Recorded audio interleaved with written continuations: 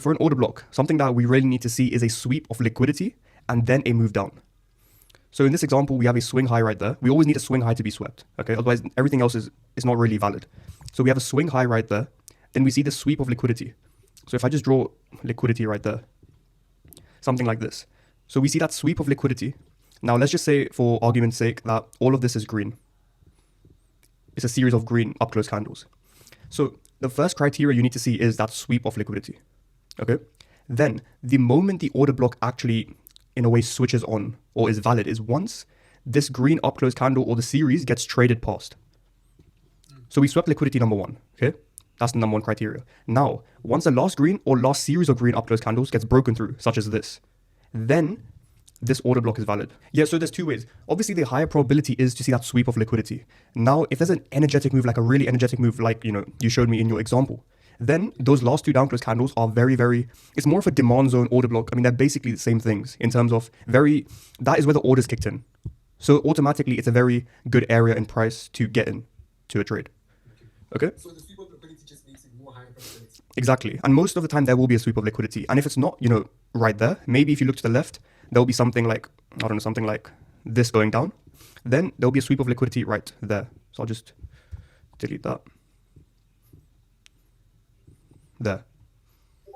So more or less, even if there's no sweep here, if you look to the left on different time frames, like a 15-minute swing high, an hourly swing high, maybe, a 10-minute, those sorts of things, you'll find some sort of swing high eventually. And once that gets traded through, then the same logic applies.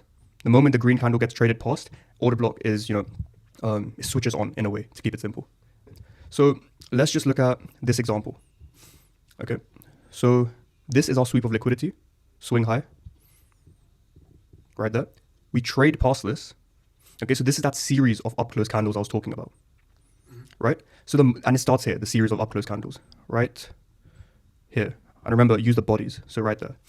The moment this order block, my Mac is really lagging today. The moment this order block is valid is once this line gets traded through. So as you can see there, it goes past, right? Price goes below this line. So the moment it goes below this line, this whole series of up close candles is the order block. So, an entry, something like this. And then obviously, depending on, your risk tolerance and everything, that could be a trade. But as you can see, we go past that green, the red line, the order block. And then we go right into this whole up close candle series. Go into it, and then we start going down. A continuation. Okay? First of all, you're referring to this up move on the right.